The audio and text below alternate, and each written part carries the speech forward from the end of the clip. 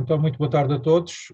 Estamos a iniciar a 22ª sessão do ciclo de debates O Esplendor Caótico do Mundo, no âmbito da PASC, a Plataforma de Associações da Sociedade Civil. É já a 22ª sessão. Este ciclo de debates, conforme se infere pelo nome, procura refletir sobre as grandes questões da atualidade a nível global, a nível mundial. Naturalmente que já abordámos, até por mais do que uma vez, a guerra da Ucrânia, a guerra no Médio Oriente, na Palestina, Israel, enfim, e entretanto estamos envolvidos, como todos temos acompanhado. Mas porque este ciclo de debates se insere num grupo de trabalho da PASC, que é Lusofonia e Relações Internacionais, temos desde o princípio sempre dado uma grande atenção ao espaço lusófono, ao espaço de língua portuguesa, e daí já termos também promovido sessões sobre o Brasil, sobre a África lusófona, os vários países, como sabem, Angola, Cabo Verde, Guiné, Moçambique, São Tomé e Príncipe, mas também no Oriente Longínquo, Timor-Leste, Macau, também aqui mais próximo, sobre a Galiza, e hoje vamos ter uma sessão sobre Goa. Como sabem, é um Estado que faz parte da União Indiana, mas que tem uma ligação histórica não apenas a Portugal, mas a todo o espaço de língua portuguesa. E temos connosco o Aurobindo Xavier, presidente da Sociedade Lusófona de Goa, que é uma das entidades que entrou recentemente na PASC. Isso também apraz-nos registar e sublinhar. A PASC, neste momento, agrega mais de meia centena de associações, ou seja, estamos a crescer, isso naturalmente é bom sinal, é um sinal de vitalidade, dinamismo. Esta nova direção, de facto, conseguiu inverter uma certa trajetória e temos feito a PASC crescer. Estatutariamente, os membros efetivos têm que estar sediados em Portugal, mas temos essa possibilidade, estatutária também, naturalmente, de agregar como membros observadores entidades não sediadas em Portugal, em particular no espaço de língua portuguesa, no espaço lusófono. E daí já termos agregado associações sediadas no Brasil, e temos connosco o Cídio Lopes de Almeida, que é sempre uma presença muito simpática nestas sessões. Temos também já agregado associações sediadas em Macau, na Galiza. A Galiza, como sabemos, enfim, é uma região do Estado de Espanha, mas também com uma ligação muito forte a Portugal e por extensão a todo o espaço de língua portuguesa, a todo o espaço lusófono, e temos já connosco duas associações sediadas na Galiza. E daí também já temos promovido sessões sobre a ligação entre Galiza e Portugal e todo o espaço de língua portuguesa. O Aurobindo Xavier, portanto, é presidente da cidade lusófona de Goa, e a primeira pergunta que lhe faria, Aurobindo, agradecendo uma vez mais a sua presença e o seu gesto de ingressar na PASC como membro observador, é como é que nasceu a Sociedade Lusófona de Goa, qual foi a motivação maior, enfim, e como é que as coisas têm corrido e quais são as expectativas a curto, médio e longo prazo. Naturalmente, depois, a Ana Sofia Lopes, o Cídio Lopes de Almeida, eu próprio, iremos fazer algumas questões sobre o estado de Goa no contexto da União Indiana, neste contexto tão turbulento a nível geopolítico que se vive hoje, e também, naturalmente, da ligação que persiste, eu sei, porque já estive em Goa, tive esse privilégio, a ligação que persiste entre Goa, não apenas com Portugal, mas com o espaço amplo e plural espaço de língua portuguesa. Aurobindo, a palavra é sua, e, uma vez mais, muito gratos pela sua presença. Meu caro amigo Renato, muito obrigado à PASC pelo convite que me dirigiu para este debate com a Associação Lusófona de Goa. Obrigado também à participação do amigo Cídio do Brasil e da Ana Sofia Lopes de Portugal neste debate. Antes de mais, talvez umas poucas palavras sobre a minha pessoa e depois sobre a associação. O meu nome é Aurobindo Xavier, como já foi dito aqui, e nasci em Goa. Fiz o liceu em Goa há cerca de 60 anos, 70 anos, e depois estudei em Coimbra e depois fui à Alemanha, onde tive que recomeçar os meus estudos e terminei o meu mestrado lá, o meu doutoramento lá na área de geociências. Aposentei-me na Universidade Técnica de Lisboa, depois de ter passado pela Petrobras no Brasil, onde trabalhei no Centro de Pesquisa Leopoldo Miguel de Melo, na Ilha do Fundão, e até aposentar-me, como disse, estive na Universidade Técnica de Lisboa, na área sempre das geociências. Depois de aposentar-me, já foi a questão de cerca de 15 anos, talvez, comecei a orientar-me mais para o nível de geopolítica. Como aposentado, eu não tinha mais acesso aos laboratórios, claro, e além do que queria estar também mais frequentemente em Goa, de modo que orientei mais para a geopolítica e dentro da geopolítica focando mais relações da Índia com o espaço lusófono e tentando concentrar-me um pouco mais nos recursos minerais em função da geopolítica. Foi isso mais ou menos a minha carreira muito rapidamente aqui esquematizada.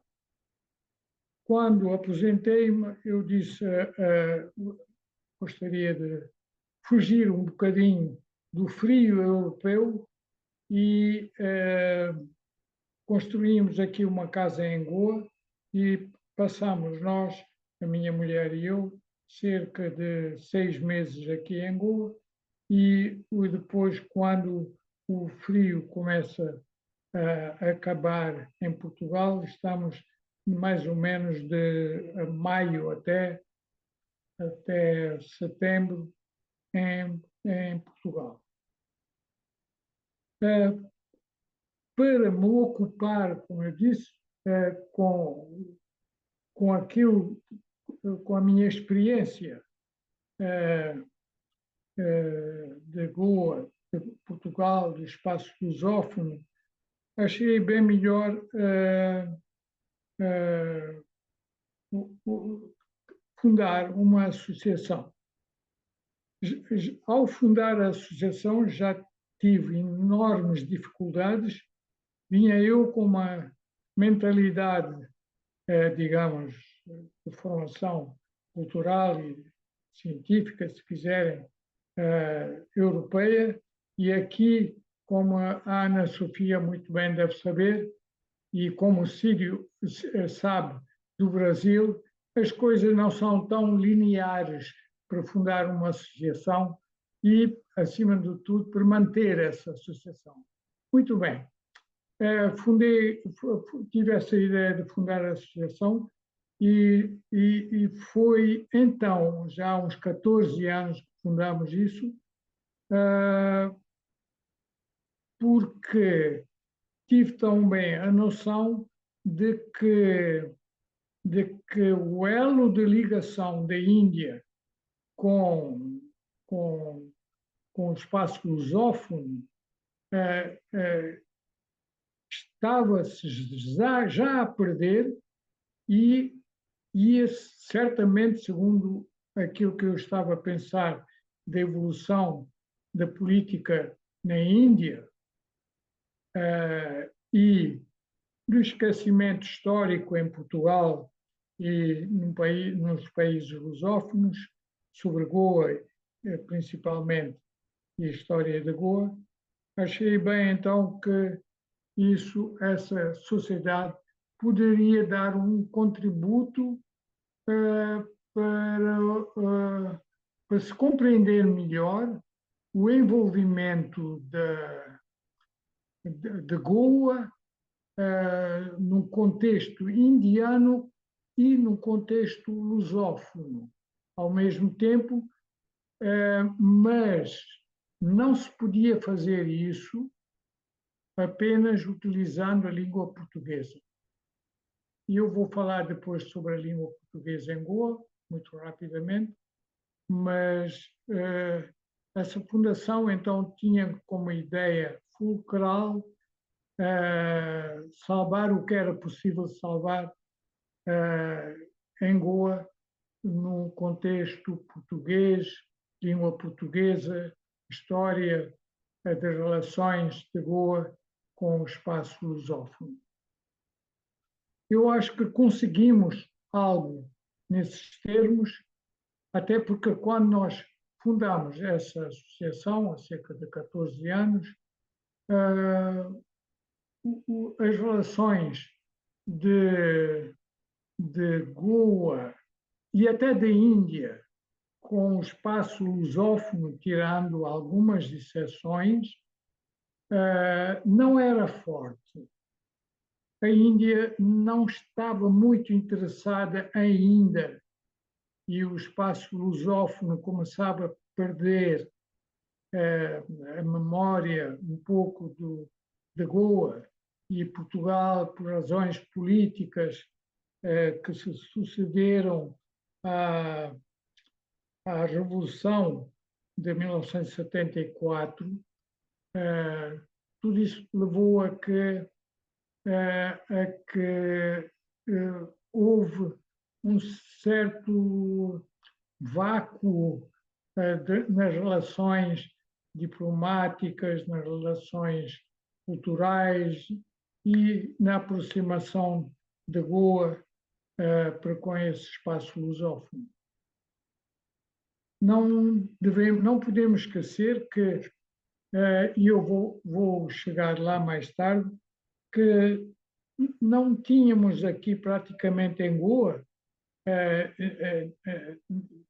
nem praticamente não tínhamos um espaço associativo que veio nos anos 2000, mais ou menos, quando as relações diplomáticas entre Portugal e Goa ou Índia começaram a melhorar. O Instituto Camões tinha uma fraca representação em Goa, o consulado estava ainda na fase inicial, então tudo isso contribuiu para que a sociedade lusófona tivesse um certo ar, o grau de pioneirismo nas relações de Portugal, o espaço lusófono, Índia, e chamássemos também a atenção mais da Índia, também, indiretamente,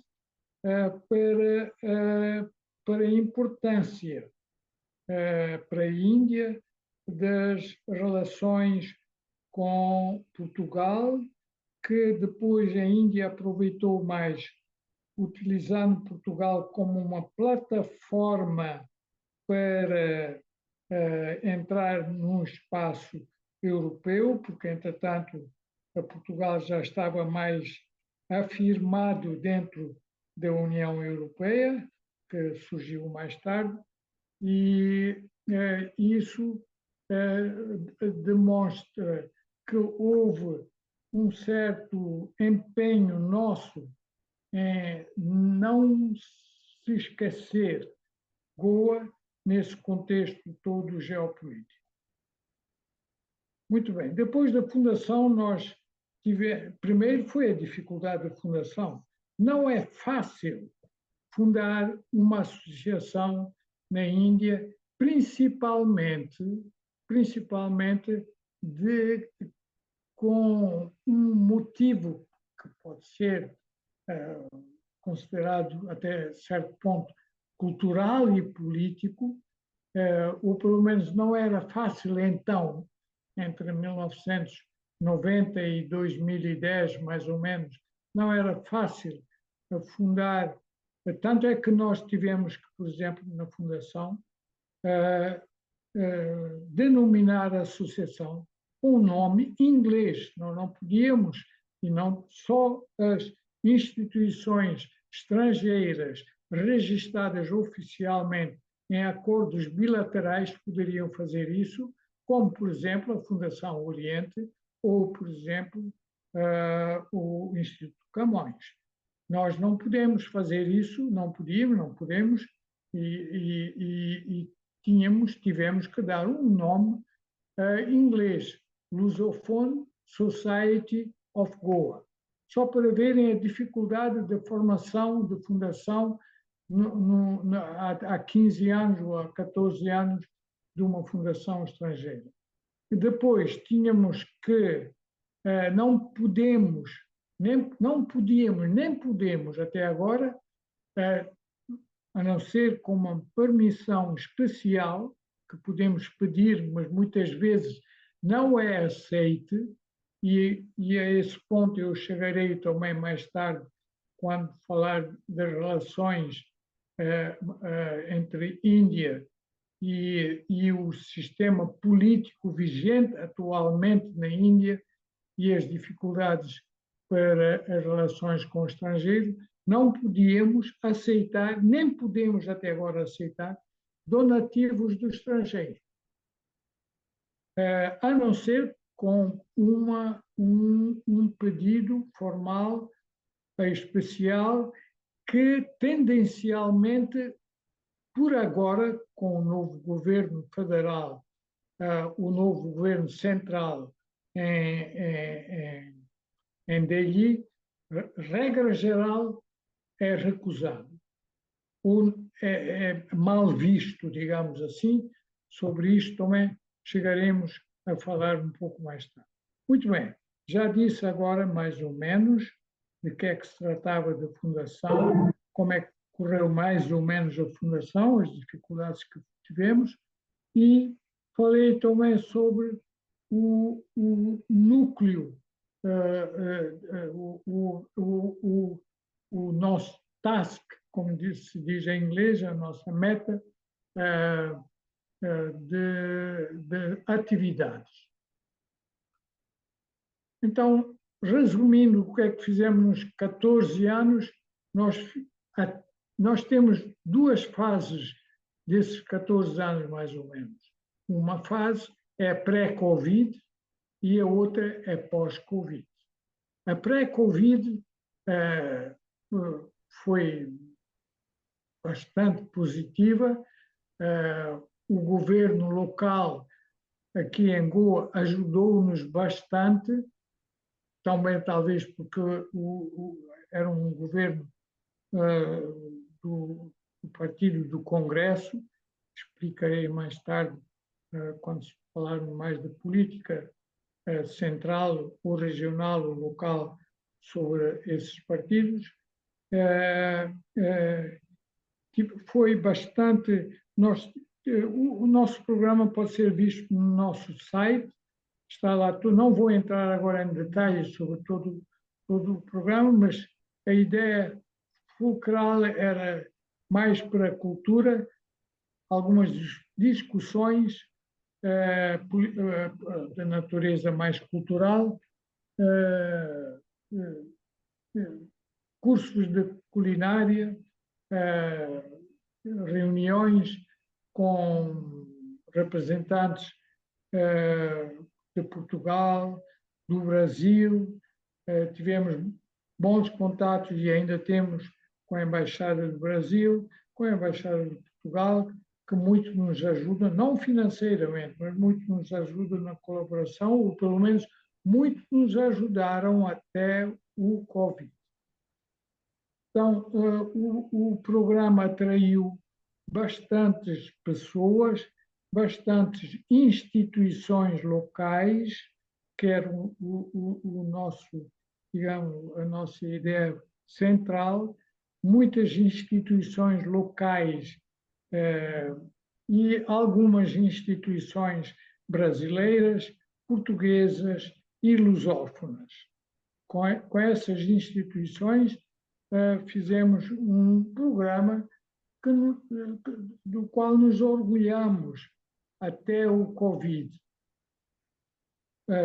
Não vou entrar em detalhe mais sobre esse programa, muito agradecia se estivessem interessados em irem para o nosso site, Sociedade Lusófona de Goa, ou Lusophone Society of Goa. Sim, Aurobindo, até porque quando nós, enfim, obviamente qualquer ingresso na PASC, inclusivamente de membros observadores, obedece sempre a vários formalismos, desde logo o envio dos estatutos e a partilha do site, ou seja, nós, na altura, para que a Sociedade Lusófona de Goa tivesse sido votada, e foi votada por unanimidade, o seu ingresso, todos os membros da PASC tiveram essa oportunidade de visitar o vosso site e houve vários elogios à vossa atividade, e é um site muito bem construído e muito, muito demonstrativo da vossa atividade. Muito bem, obrigado. De qualquer maneira, então, tivemos uma atividade muito intensa até o surgimento do Covid. E a partir daí, olha, viu-se o que é que aconteceu a muitas sociedades, a muitos países até, e até agora não se recuperou.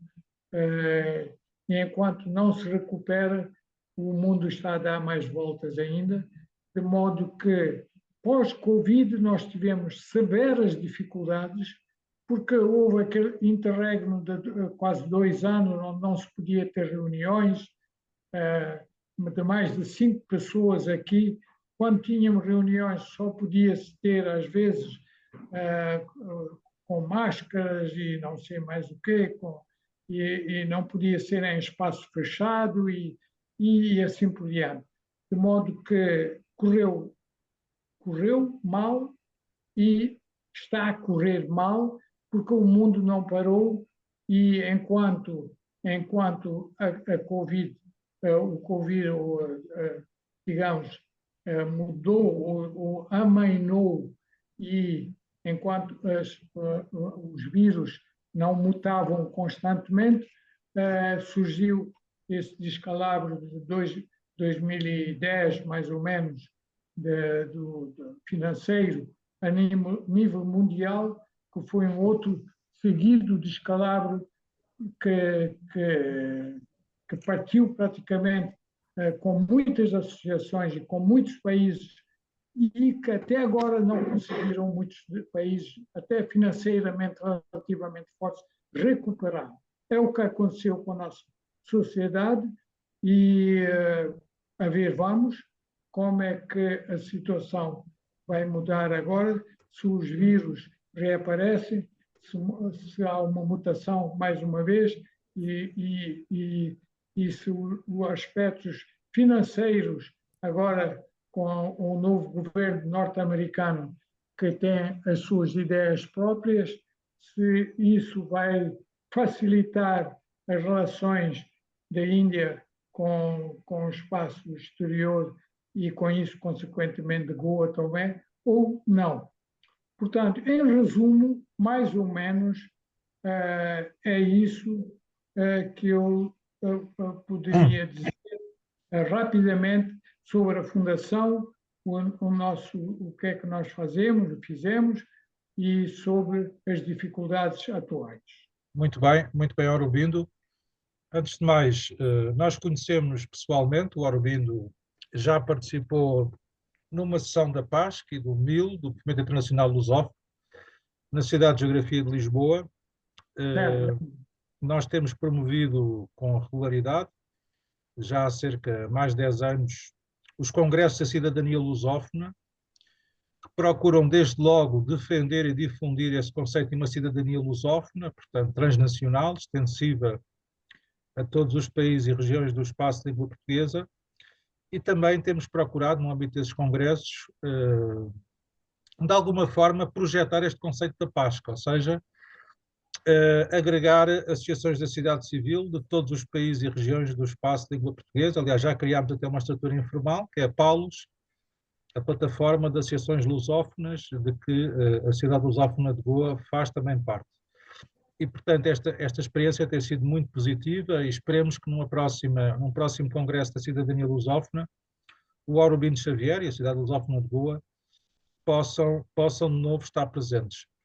Quanto àquilo que disse sobre a pandemia, foi de facto uma dura prova, também em Portugal, posso dizê-lo, também na PASC, foram anos difíceis, sendo que, enfim, apesar de tudo, a minha experiência, depois podia perguntar à Ana Sofia e ao Cídio, apesar de tudo, enfim, e esta é uma boa prova, esta sessão é uma boa prova disso. As sessões da PASC, nós todas as semanas promovemos sessões e são sessões online, ou seja, estas formas de comunicação hoje facilitam-nos este contacto. Eu bem sei que não é a mesma coisa, o contacto presencial é sempre muito mais positivo, muito mais enriquecedor, mas não sendo possível, enfim, é uma forma. Repare, nós temos aqui uma pessoa do Brasil, o Aurobino está em Goa, estão duas pessoas de Portugal.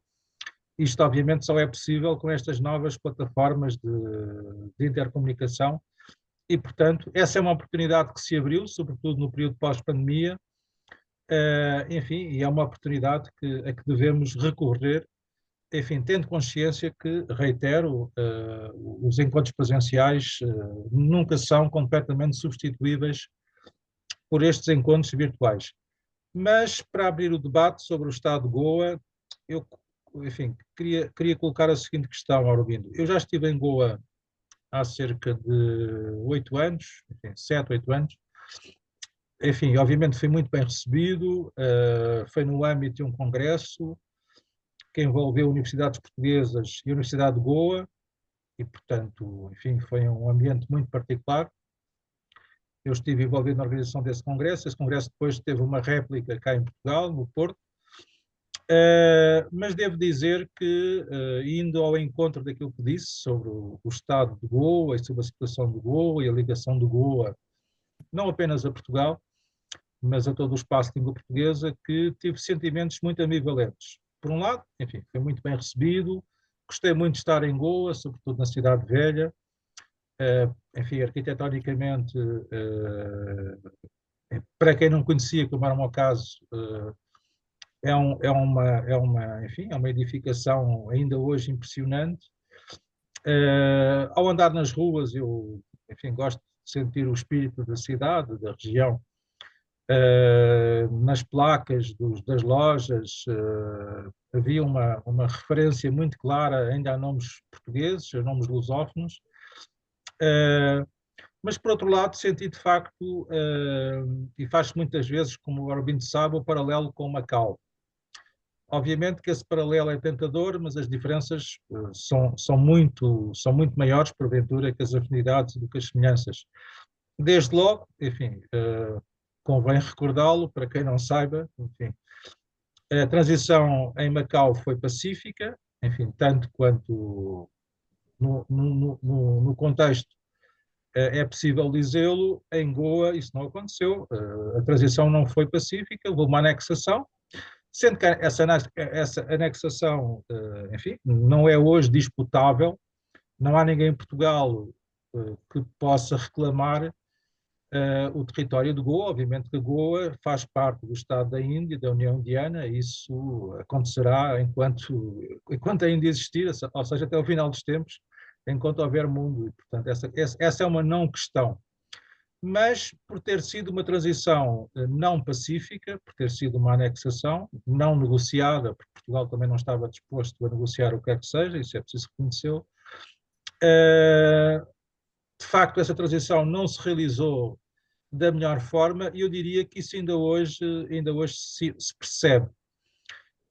Desde logo no ensino da língua portuguesa. Eu, na altura, tive o contacto com o representante do Instituto Camões, em Goa, um professor, enfim, que está lá assediado e que vive lá, e ele dava-me conta que, de facto, havia grandes dificuldades em promover cursos da língua portuguesa, havia um certo mal-estar das entidades locais. Por outro lado, também fui contatado, e isso foi completamente surpreendente, por comunidades goesas, agricultores, comunidades rurais de Goa, que vieram ter comigo, enfim, souberam da minha presença, da minha ligação à Paz, ao MIL, enfim, outras entidades, que me vieram pedir ajuda e eu fiquei, enfim, fiquei comovido, mas ao mesmo tempo senti-me impotente, porque obviamente eu enfim, prometi-lhes apenas o que fiz, dar conta do que estava a passar em entidades portuguesas, mas obviamente eu não tinha poder para mudar a situação.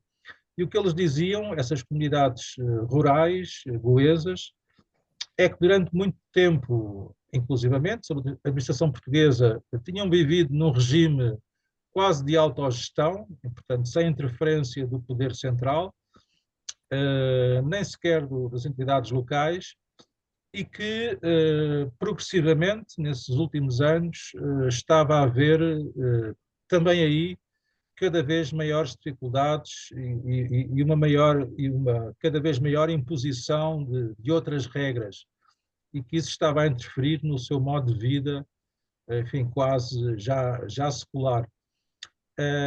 Enfim, obviamente que há aqui questões várias, são políticas, são históricas, são também religiosas, como sabemos.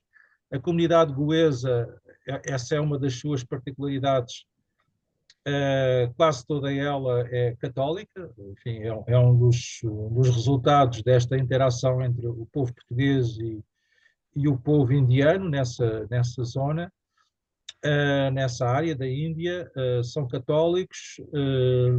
Enfim, nós sabemos que a comunidade católica não é propriamente a mais perseguida, a mais visada na Índia 2. Na Índia 2, a comunidade mais visada e até perseguida é a comunidade muçulmana. Eu tive também várias conversas sobre isso. Enfim, posso até dizer aqui entre nós que nós tínhamos uma pessoa enfim, que era o nosso motorista, indicado pelo Instituto Camões, que estava sempre ao nosso serviço, que era um jovem goês, que já tinha estado em Portugal, já tinha inclusive estado no estádio do Sporting, que é o meu clube de eleição, mas que era muçulmano e sentia de facto uma cada vez maior adversidade por ser muçulmano na Índia em geral e também em Goa. A questão é, eu compreendo, uma vez mais voltando ao paralelo com Macau.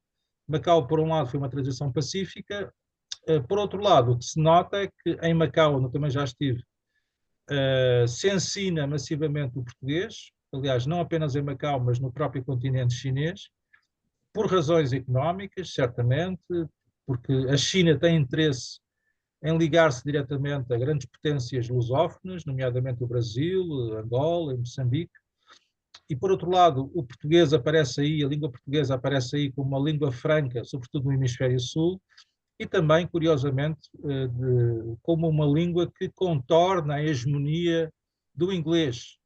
Enfim, e sobretudo aqui o que se está a assinalar é essa rivalidade cada vez mais evidente dos dois lados, entre a China e os Estados Unidos, e, portanto, contornar o inglês é também contornar os Estados Unidos, e a língua portuguesa, curiosamente, na perspectiva chinesa, aparece como uma boa forma de contornar a língua inglesa e a hegemonia norte-americana a nível geopolítico. Obviamente que na Índia a situação é bastante diferente, porque os indianos, aliás, o Aurobindo há pouco referiu isso, Na Índia, o inglês é tão falado como as próprias línguas locais e nacionais, enfim, massivamente, sobretudo nas cidades, a nível de ensino. E, portanto, aí a necessidade de uma língua global, de uma língua de comunicação global, não é tão evidente como acontece na China. E daí também mais uma razão para que, de facto, a língua portuguesa não tenha, apesar de tudo, a expansão que está a ter, apesar de tudo, ainda que sobretudo por razões económicas, em Macau e na China.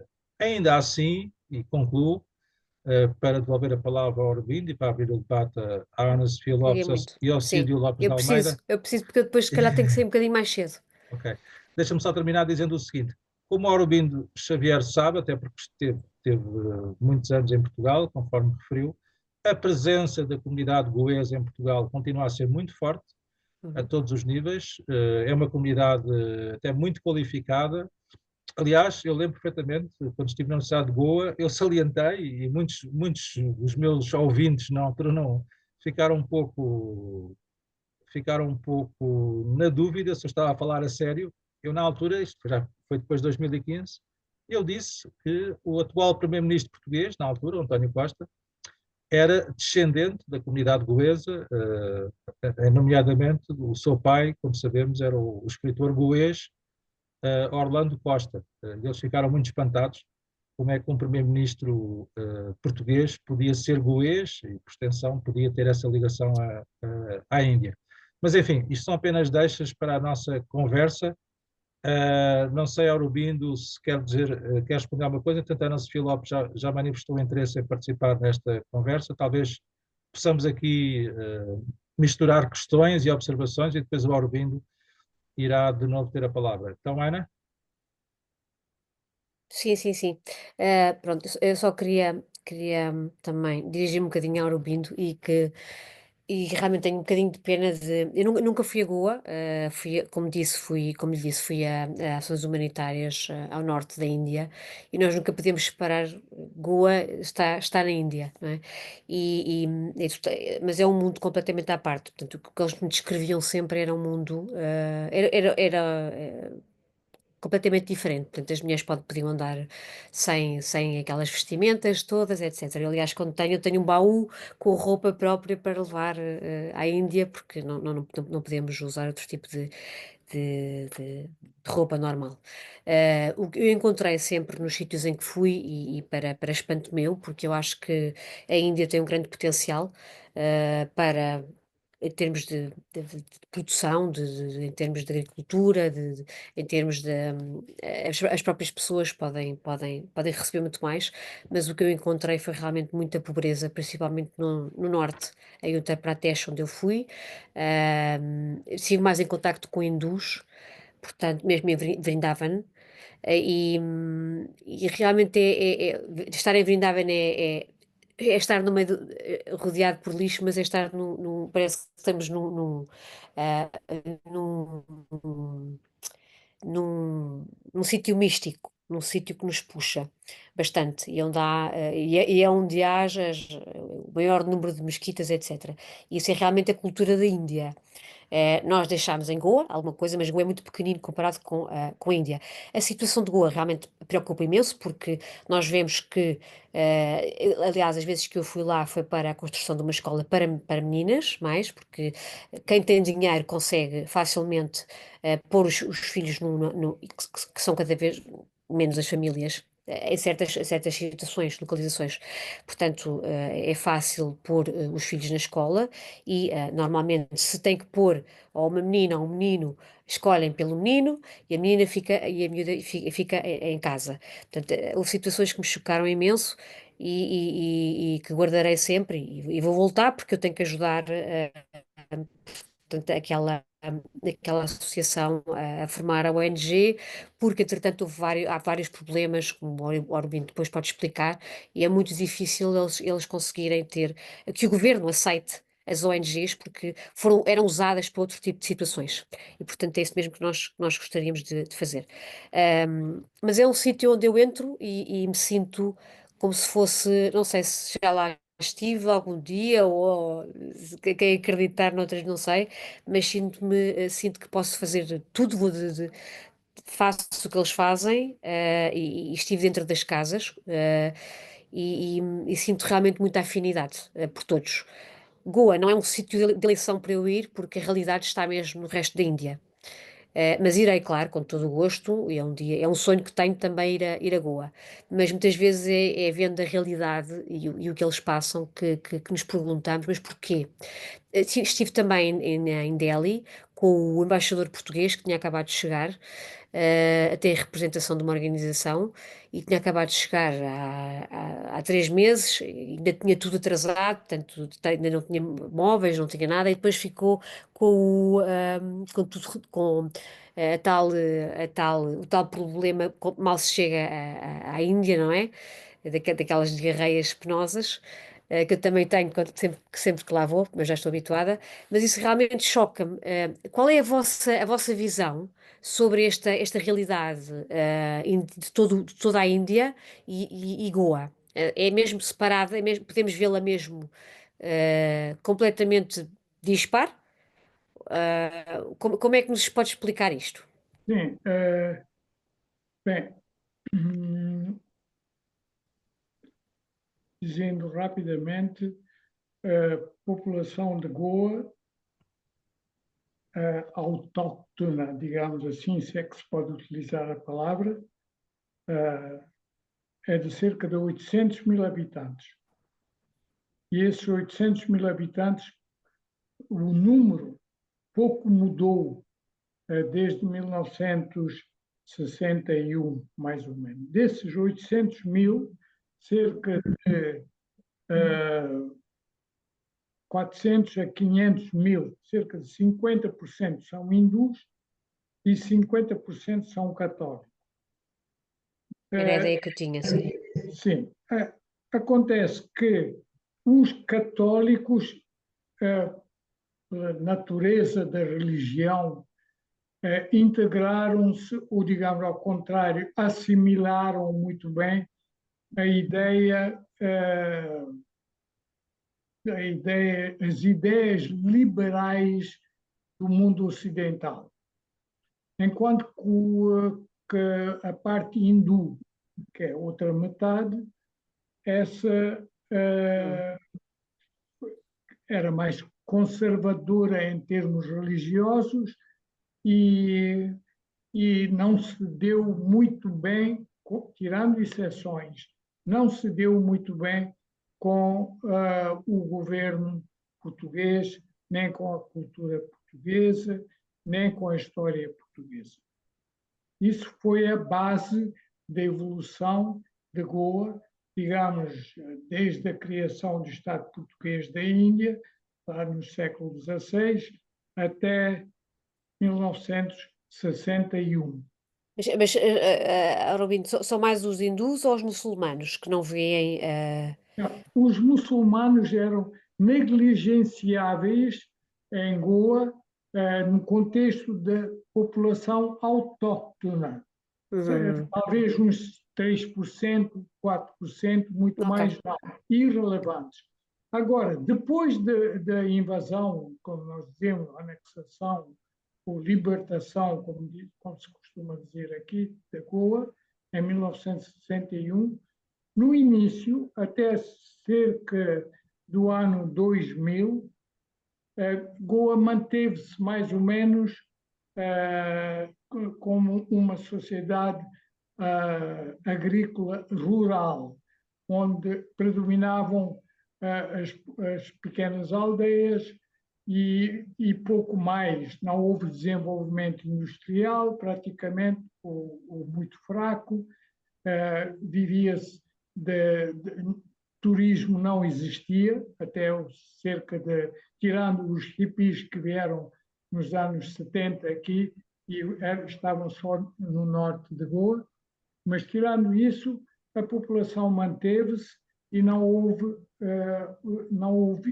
estranhos que viessem, sejam hindus, sejam católicos para Goa. Isso mudou radicalmente com o desenvolvimento industrial de Goa, mais ou menos a partir de 1990, 2000, quando também começou o desenvolvimento e a abertura da Índia no seu todo com o espaço externo, por via da abertura que se deu mais ou menos no ano 2000. A partir daí, Goa precisou cada vez mais de força laboral, porque não eram suficientes. E a estrutura da sociedade goesa era uma estrutura rural, é um Estado agrícola, ainda continua a ser mais ou menos. Uhum. Então vieram mais de 800 mil pessoas, a partir do ano 2000 mais ou menos, para Goa, força laboral, principalmente, que trabalhou aqui principalmente na construção civil, com desenvolvimento na indústria, nos parques industriais, e a população goesa, principalmente a católica, saiu de Goa. Começou a sair para o Médio Oriente primeiro e agora, nos últimos 10 anos, com a nacionalidade portuguesa que adquiriram, foi para o Reino Unido e já começou a ir para a América. Portanto, mais de 800 mil pessoas. Para o Canadá também, sobretudo, não é? Também Canadá, os Estados Unidos. Então, mas aí é uma diferença. Os mais cultos foram para o Canadá para os trabalhos mais simples, para Médio Oriente e também para Irlanda do Norte, também tem bastantes. Agora, todos eles são portugueses, mais ou menos, que foram para lá. Bem, mas Aurobino, só uma questão, só um parênteses, que isso que está a dizer parece muito interessante. Mas essa migração interior, digamos assim, de indianos para o estado de Goa, deveu-se, pergunto, isto é uma pergunta, apenas a questões de ordem do mercado laboral, ou seja, porque era uma força de trabalho necessária, ou também, pergunto, se foi também uma imposição, enfim, uma política do governo no sentido de promover uma indianização completa do território, passa a expressão, e de alguma forma desconstruir a singularidade de Goa. A maioria da população, ou digamos, da população não doméstica, que está em Goa, 800 mil, eles pouco se interessam pela política. São trabalhadores muito simples que vêm de Uttar Pradesh, de Bihar, de Jharkhand. Vão só à procura de trabalho, não é? E onde ele existe. Pois, veja, o salário médio aqui para uma força laboral é cerca de, digamos, 600 ou 800 rupias, 7 euros por dia, força laboral. Não, not skilled, quer dizer, que não tem capacidade nenhuma, senão nem ler e escrever são. 7 euros por dia aqui. Enquanto que em Bihar, se tiver 1 euro por dia, já tem sorte. Exatamente. Se for tiver 1 euro ou 2 euros por dia, já tem muita sorte. Daí eu estar a perguntar como é que há esta dismonia ou esta em termos de comparação, como é esta diferença tão grande? A diferença é tão grande porque Goa, sendo pequena, cerca de 4.000 metros, 4.000 quilómetros quadrados, não é muito mais, sendo pequena e tendo tido a abertura para o Ocidente durante 450 anos, teve a facilidade, porque os goeses não só migraram agora, migraram para o Médio Oriente e para Portugal, mas antes tinham excelentes, toda a religião implementada na costa oriental e toda a administração de Moçambique e de Timor e de Macau e do espaço indiano, que tudo foi feito pelos católicos goeses. Quer dizer, houve um contato, uma abertura grande que foi, paralelamente, uma abertura do espírito, claro. Quando a pessoa tem contato com o mundo liberal, é muito mais aberta, e isso são 450 anos. Agora, esses 800 mil que vieram depois, eles não têm interesse nenhum da indianização. Zero. Não, porque eles nem sabem o que é a Índia. Eu tenho aqui, em minha casa, no outhouse, que se chama, um casal a viver, eles vêm de Jharkhand. Os dois são analfabetos. E eles perguntam-me de vez em quando, de onde é que eu venho? E eu digo, onde é que eu tenho outra casa? Eu estive em Portugal. E eles não sabem onde é que é a Índia. Esses dois jovens de 23 anos, 24, eles não sabem onde é que é a Índia, o que é a Índia. Então, veja, sobre a política, eles não compreendem nada. Sobre a indianização, zero. Nem se interessam. O que querem é ganhar um laque, ou um laque e meio, 100 mil rupias, que é 1.000 euros, mais ou menos, ou 1.500 euros, para construírem uma casa simples na terra deles, em Jharkhand. Com isso, eles conseguem perfeitamente construir uma casa. 1.000 euros. Trabalham aqui 5 anos e vão embora. De modo que na política eles não querem saber nada, nem sabem, nem podem saber, porque são pessoas praticamente, desculpa a palavra, analfabetas, não é? Que não têm capacidade. Agora, indianização é outro contexto. A indianização, é verdade, está a ser promovida pelo governo regional aqui, do federal, ou digamos, do Estado Federal, que é Goa, seria o governo estadual, não é? Pelo governo estadual, que é atualmente do BGP, que a Ana Sofia deve conhecer muito bem, e o Renato também, certamente. Não sei o Círio até que ponto conhece ainda, mas tem dois partidos aqui, do Congresso, e outro chamado Congresso mesmo, Partido do Congresso, e outro BGP, que é um conservador, enquanto que o do Congresso é liberal de esquerda, chamaríamos nós, no contexto europeu, e o BGP nacionalista, e religioso conservador, mais ou menos. Aliás, só um parênteses, Aurobindo. Eu, obviamente, sigo muito de perto o que se passa, enfim, pelo mundo em geral e a Índia em particular, até por causa de Goa, não apenas. Mas tenho lido que o BGP, enfim, o líder em exercício da União Indiana, o Modi, queria fazer do hinduísmo a religião oficial da Índia. Em que ponto é que isso está? Veja, Goa foi governada depois de 61, quando começaram a formar-se os partidos, até o ano mais ou menos 2007, pelo Partido do Congresso, que era aberto, liberal, não se interessava muito era laico.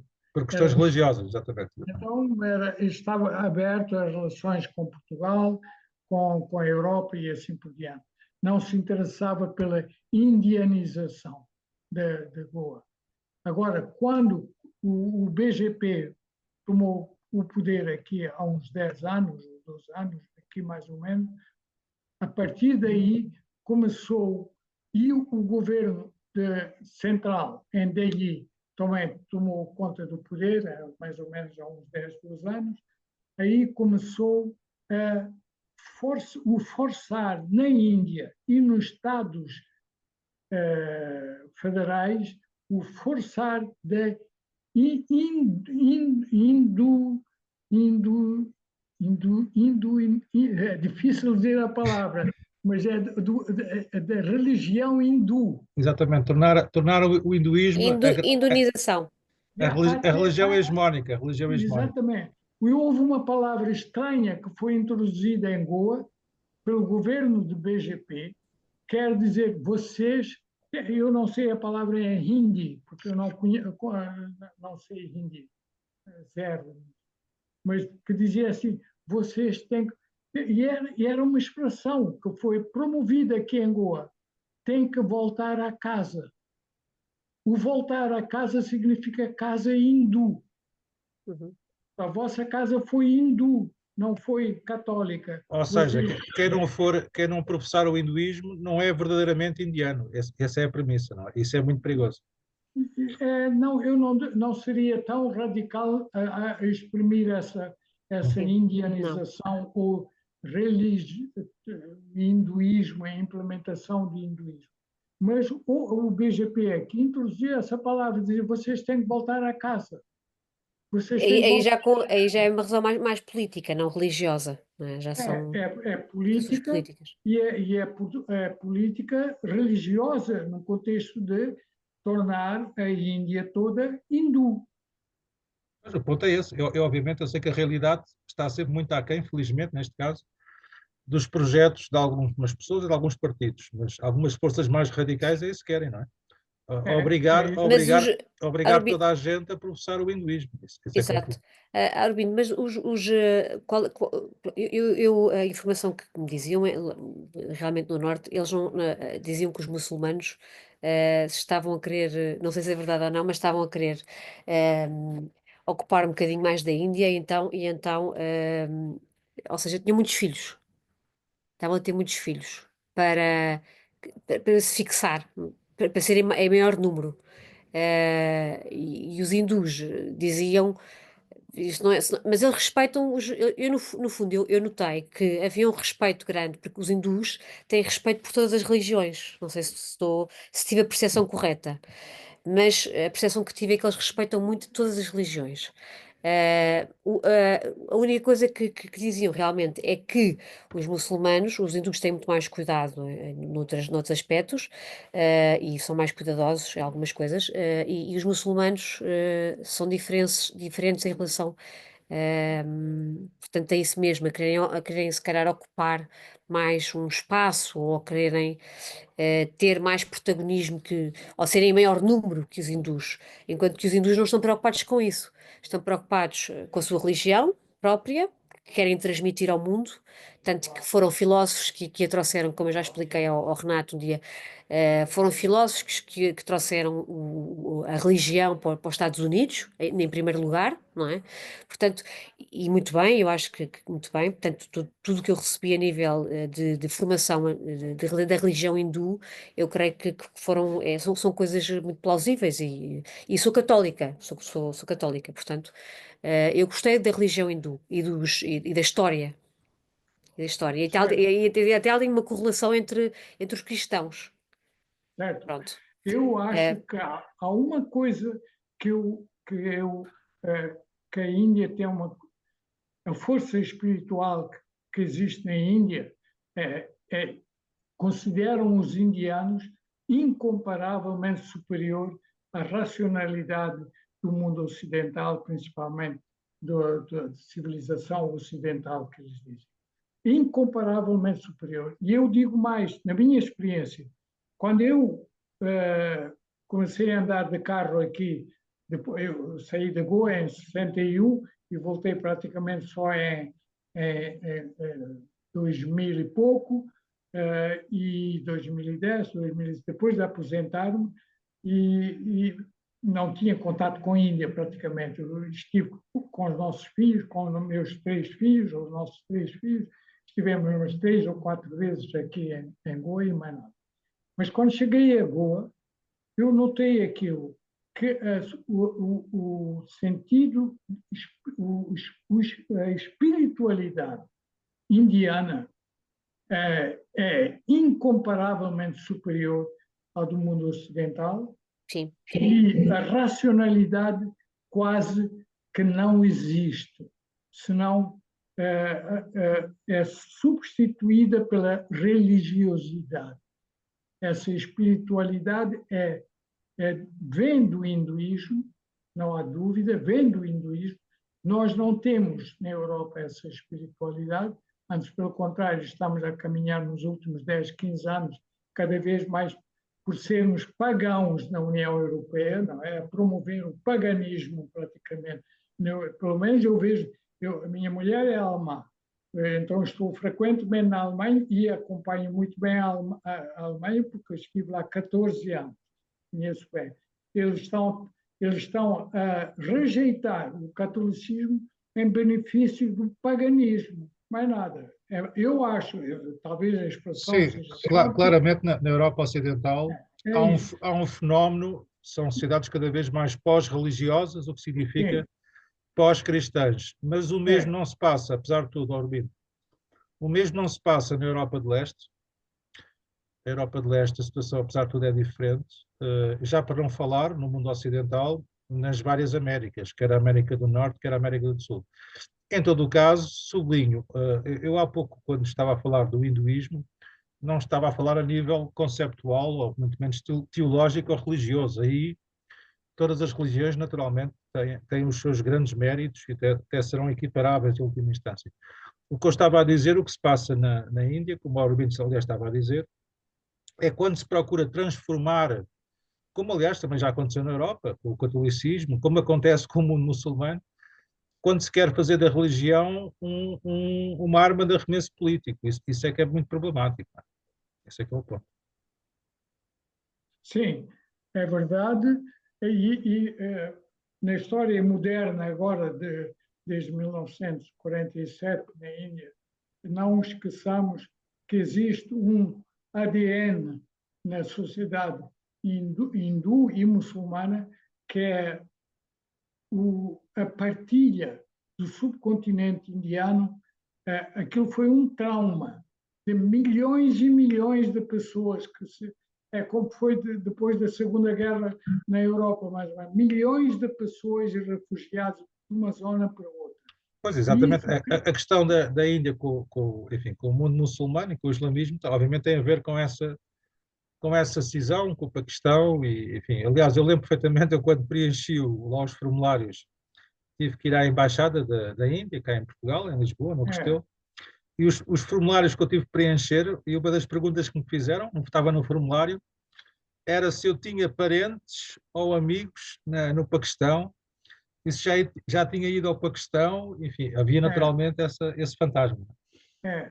Então, esse trauma que existe na sociedade indiana, ou da União Indiana, esse trauma é alimentado dos dois lados, tanto do lado do Paquistão, sabe que já tivemos imensas guerras aqui na União Indiana com o Paquistão nos últimos 50, 60 anos, escaramuças e guerras abertas. E isso cria animosidade que é aproveitada por algumas forças políticas, tanto de um lado para o outro, para implementar a sua política, seja partidária, seja religiosa, e os muçulmanos têm um espírito, talvez com isso, com esse trauma e com esse ADN todo e a deslocação de milhões de pessoas, que é uma atitude de revanchismo para com a sociedade hindu. Quer dizer, vocês nos trataram mal, tratam-nos mal, tiveram guerras conosco, continuam agora até no Bangladesh, aquilo que está a acontecer. Também é um desequilíbrio, não é?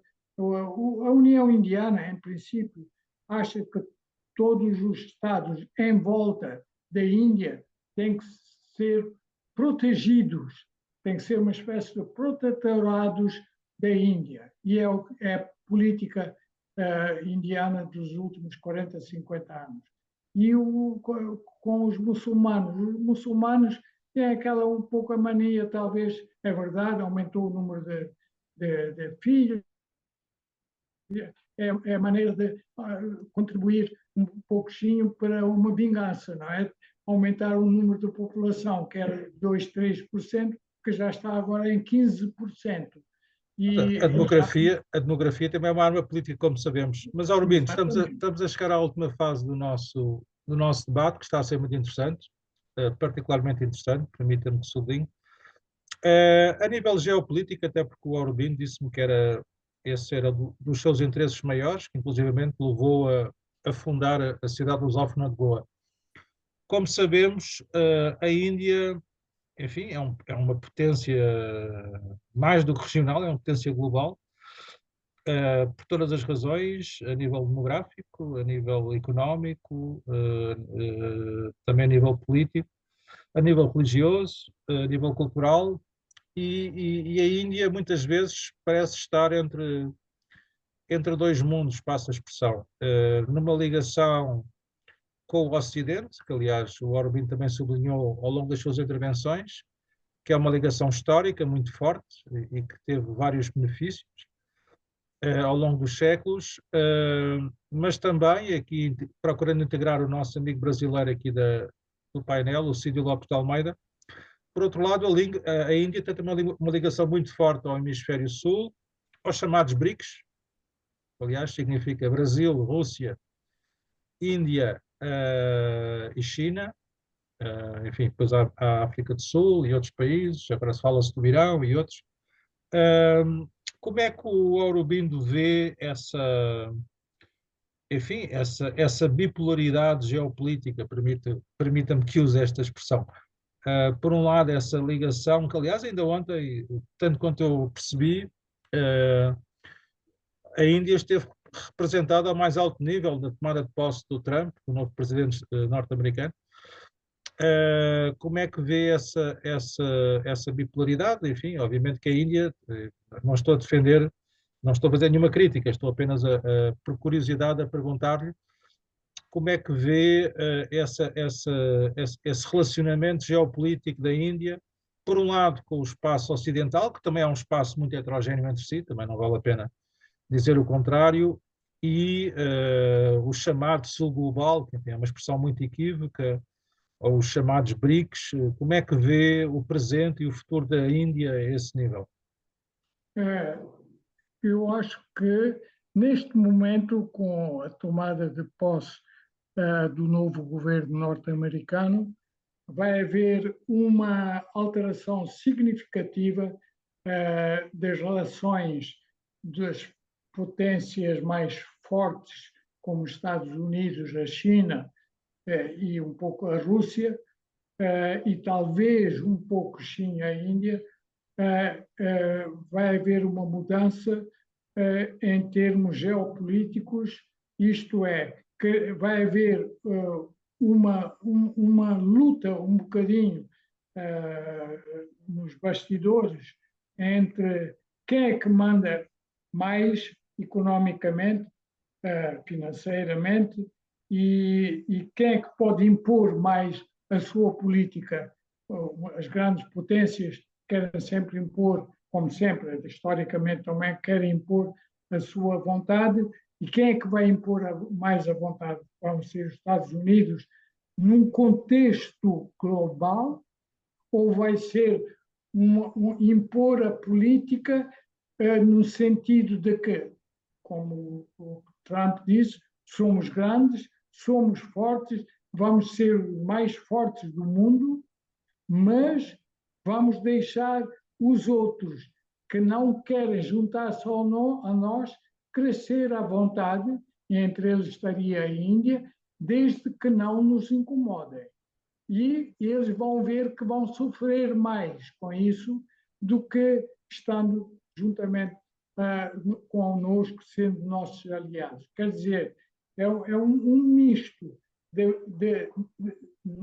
primeiro, não querer a globalização, porque Trump e a nova política vai ser essa, anti-global profundamente, e, ao mesmo tempo, querer ser a América forte e não deixando os outros crescerem, desde que não incomodem a América, desde que, ao contrário dito, desde que contribuam para o engrandecimento da América.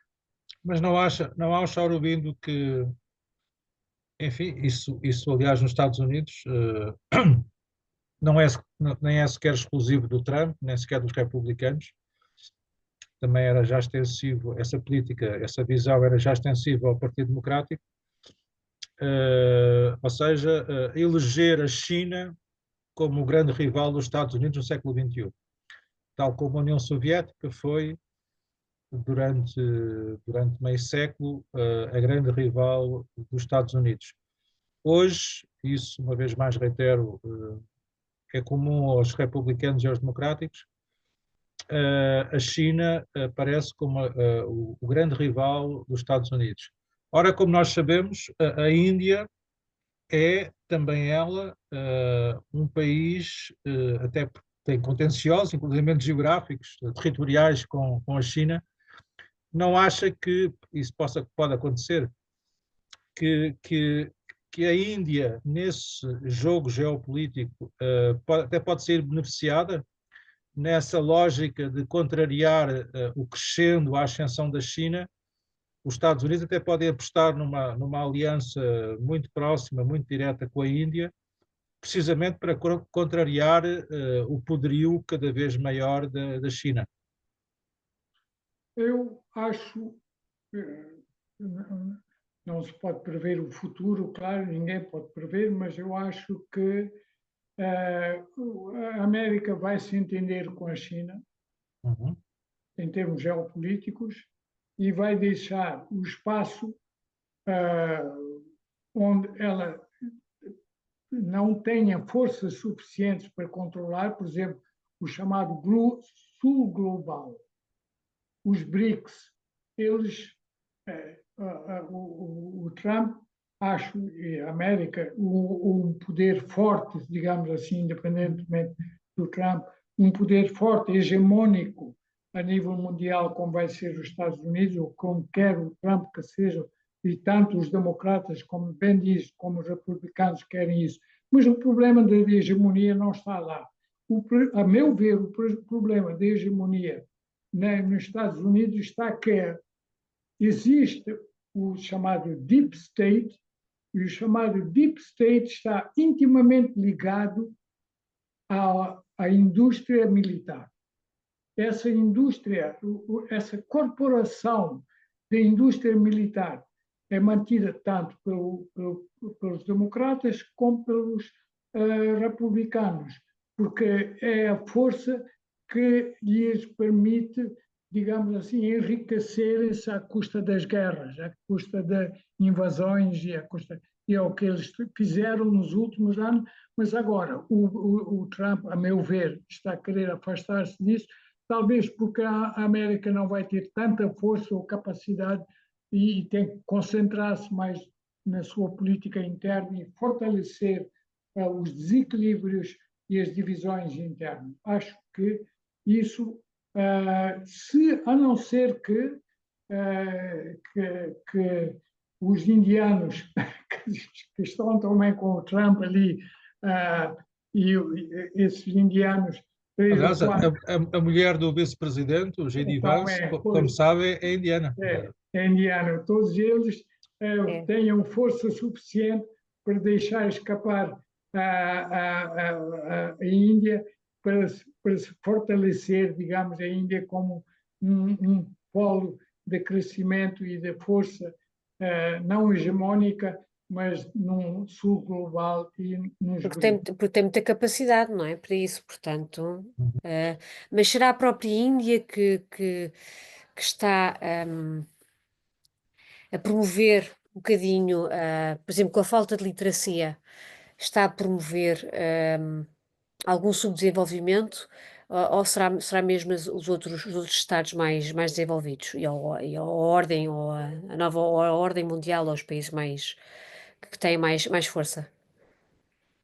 Não, eu acho que a Índia e Modi, principalmente os que estão em volta de Modi e os Estados Federais em geral, bem, existe a divisão, como a Ana Sofia deve saber, e o Renato Epifânio também muito bem, há duas Índias, há a Índia a Dravida no sul, que é a partir da Karnataka para o sul, e a ariana, digamos assim, o indo-ariana para o norte, são os Estados do Norte.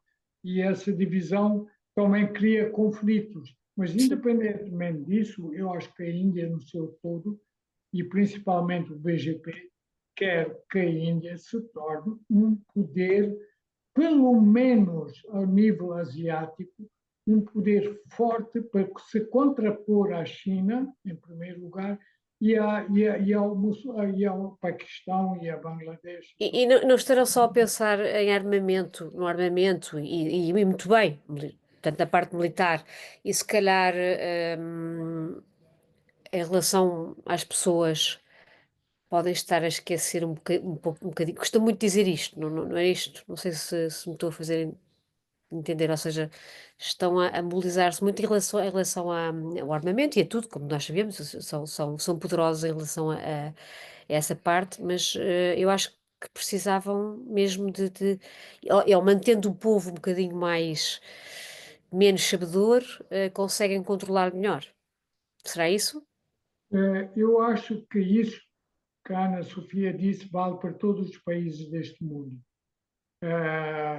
Vale para a Alemanha, que é super desenvolvida, e o que é que se faz hoje em dia? Tem um soft power, e através disso a Alemanha faz muito bem, e nos Estados Unidos também, que através dos meios de comunicação, que foram utilizados muito bem por Biden e nos passados 15 anos, a partir de Barack Obama, eles controlaram muito bem, ou mantiveram, digamos assim, um pouco controlados ou não, que não lhes ocorressem ideias que não conviessem ao poder.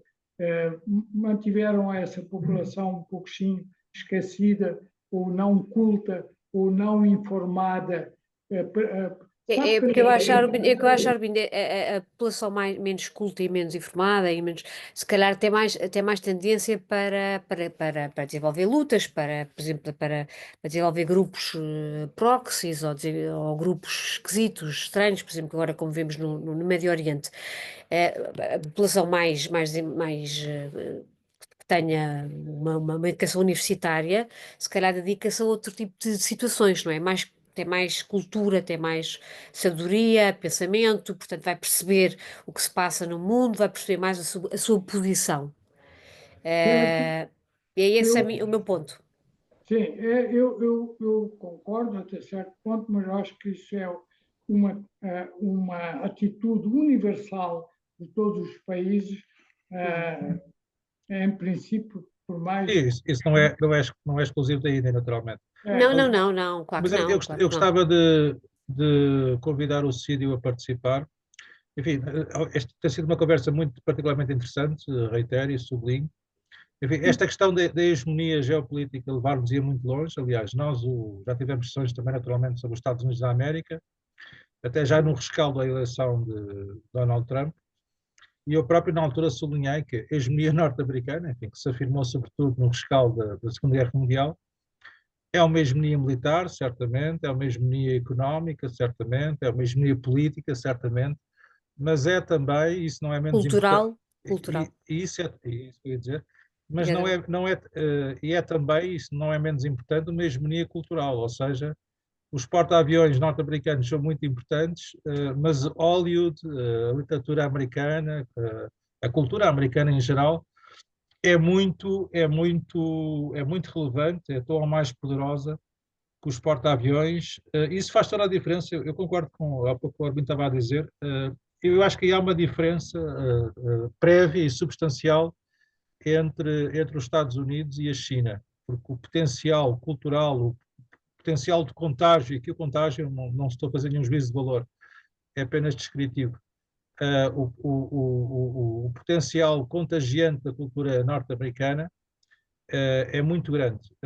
Tem sido, historicamente, a todos os níveis, ou seja, essa hegemonia norte-americana também se alicerça na cultura e isso é muito relevante. Mas, Cídio, estamos aqui a fechar o debate, já são 7 horas, entretanto, então, o Samuel Dimas. Vamos ter agora a seguir uma reunião de direção da paz, que nós aproveitamos sempre estas sessões para termos reuniões de direção.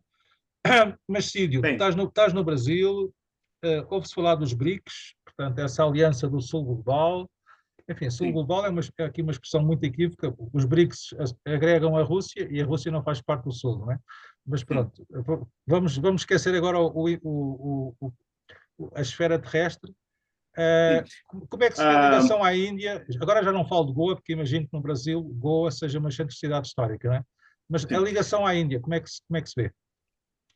Bem, em termos gerais, primeiro cumprimento Renato, Samuel e a Ana e ao senhor também Aurobindo.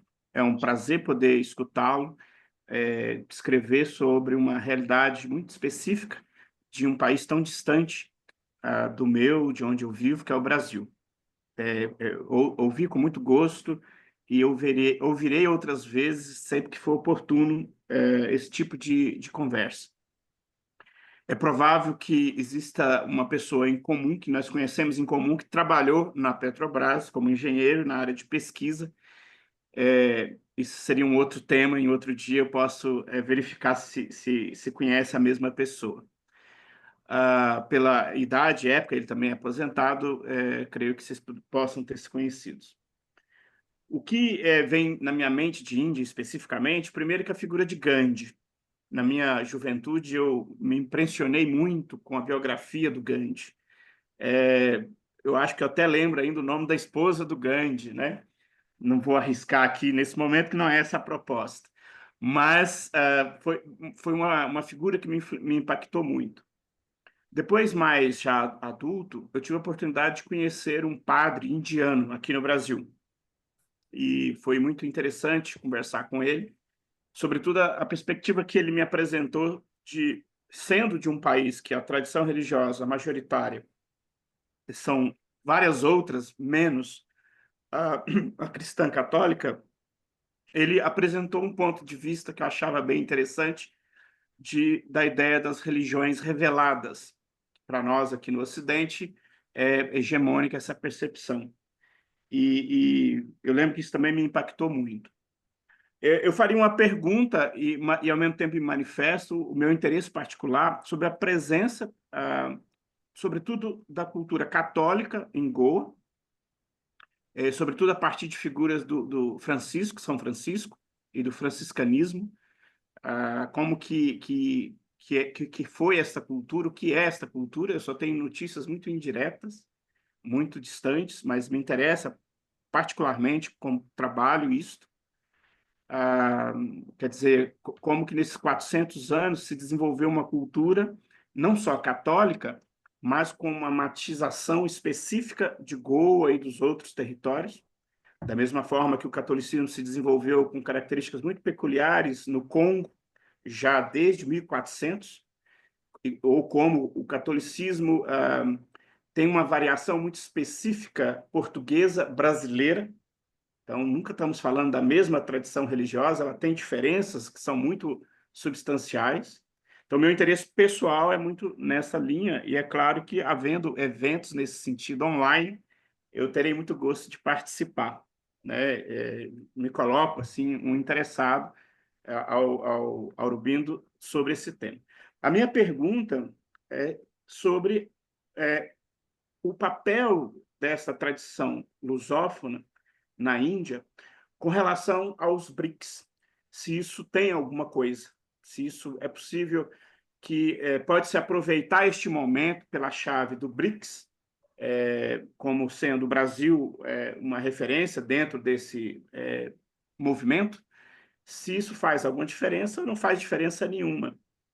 Essa é a minha pergunta, que eu devolvo, e agradeço a paciência pela escuta. Muito bem, Cídio. Aurobindo? Sim, eu acho que não existe nenhuma relação BRICS com o catolicismo de Goa, nem nos 450 anos passados, nem agora depois da anexação de Goa à Índia. Não existe nenhuma, zero.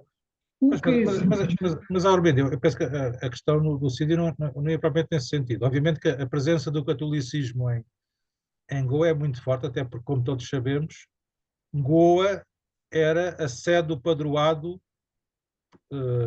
do catolicismo português em todo o Oriente, ou seja, os padres que depois iam para Timor-Leste, para Macau, para Malaca, eram formados em Goa. Aliás, eu quando estive em Goa, visitei um dos vários conventos na Cidade Velha e era impressionante a extensão, eram edifícios enormes, gigantescos,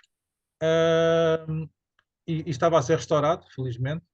Penso que por intermédio da Fundação Carlos Gulbenkian, se não me falha a memória, e portanto, essa é a presença. Agora a questão, o Aurobindo, e também me interessa particularmente, por isso reitero, fala-se dos BRICS na Índia, ou seja, isto é uma conversa do Ocidente, é uma conversa do Brasil, é uma conversa do Sírio, passa a expressão, ou isso na Índia, também se fala, por exemplo, a expressão BRICS na Índia é uma expressão de uso comum, essa relação preferencial entre a Índia e o Brasil, neste caso, entre a Índia e a Rússia, enfim, quando se fala de BRICS, fala-se disso, não é? Brasil, Rússia, Índia, China, ou isso de facto é um slogan geopolítico, depois na realidade não tem grande tradução?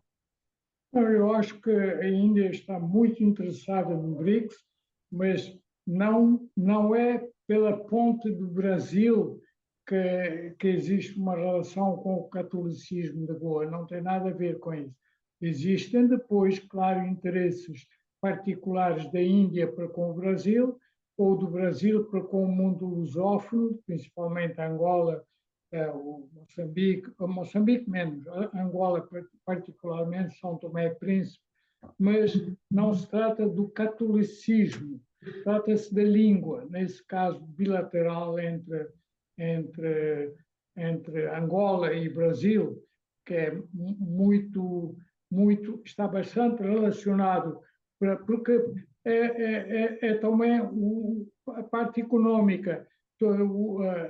Eu sou geólogo, então a costa toda da Cabinda e tudo está relacionada com a costa nordeste do Brasil em termos de riqueza petrolífera. Então, houve estudos, e nós próprios na Petrobras tivemos frequentemente estudos contínuos com a Angola em relação para ver, para afinar, digamos assim, a potencialidade do petróleo.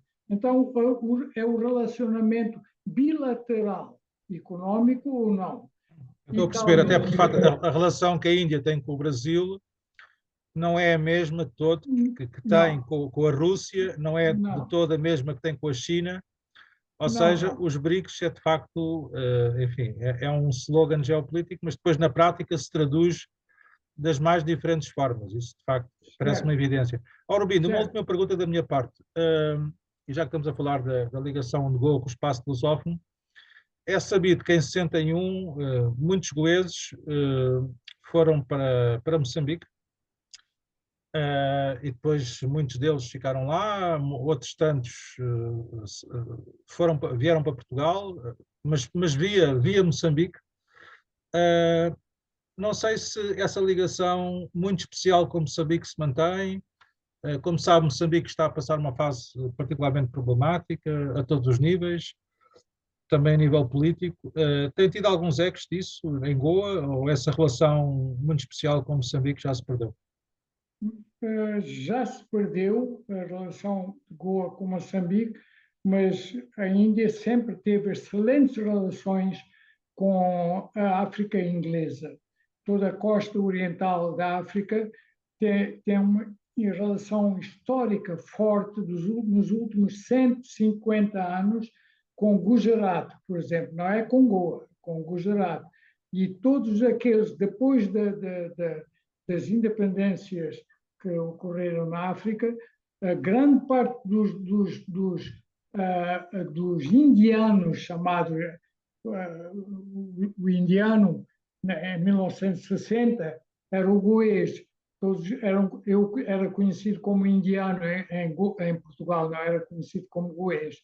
Mas agora os indianos que vieram depois da independência da África, vieram da África inglesa, muitos, e de Moçambique, muitos, mas esses não eram de Goa, são de Gujarat.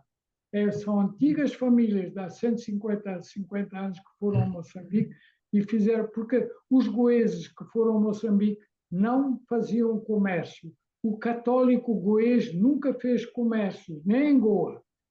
A riqueza industrial em Goa é toda de hindus, não é de goês, não é do católico. Os católicos eram só pensadores, eram só religiosos, padres e cultura e administração pública. Quer dizer, esses de Moçambique foram depois para... Mas quem foi principalmente foram os ismaelitas que estavam em Moçambique, que vinham de Gujarat, muitos deles, não só ismaelitas, que vinham de Gujarat. Esses foram para Portugal, fugiram praticamente quando foi a independência de Moçambique. Não foram goeses, poucos goeses, mas não muitos. A minoria, a maioria, toda a riqueza que foi levada de Moçambique para Portugal foi levada por indianos de Gujarat. Não foi por goeses. Os goeses eram da administração pública. Esses foram, claro, tiveram que sair, muitos deles, a maioria. Muito bem, Aurobino Xavier. Vamos então terminar a nossa sessão. Este debate foi muito interessante, muito instrutivo. Até para quem já esteve em Goa como eu, aprendi bastante. Foi um debate de facto muito interessante. Ele está a ser gravado, vamos agora fechar a gravação. Será colocado nas nossas plataformas e, portanto, agradecemos muito ao Aurobino Xavier ter aqui estado. E sublinhamos que o Aurobino Xavier representou aqui uma nova associação da PASC, a Sociedade Lusófona de Goa. Portanto, um membro que entrou na PASC na última Assembleia Geral, no dia 14 de dezembro, na Assembleia Geral que se realizou em Viseu, e, portanto, é uma grande mais-valia este vosso ingresso na PASC. Esta nova direção sempre teve este desidrato, este objetivo, este horizonte, de alargar, fazer crescer a PASC a nível nacional, naturalmente, mas também agregar, como membros observadores, associações não sediadas em Portugal, naturalmente, mas que estejam sediadas um pouco por todo o espaço da lusofonia. Pensamos que isso é também um dos objetivos estratégicos da PASC, promover essa ligação preferencial entre Portugal e os países de língua portuguesa e também, enfim, em última instância, exportar este conceito da PASC, ou seja, que as associações da sociedade civil no Brasil, em Angola, em Cabo Verde, na Guiné, em Moçambique, em São Tomé, mas também na Índia, também em Goa, se juntem e criem elas próprias plataformas da sociedade civil. Pensamos que isso seria muito, muito interessante. E reiterando então os nossos agradecimentos ao Aurobino Xavier, nós agora vamos ter uma reunião de direção da PASC, já cá está o Rui Martins, vice-presidente da direção, o Samuel Dimas, a Ana Sofia Lopes, a Paula Policarpo estará para entrar e o Carlos Magalhães também. Vou então fechar esta gravação.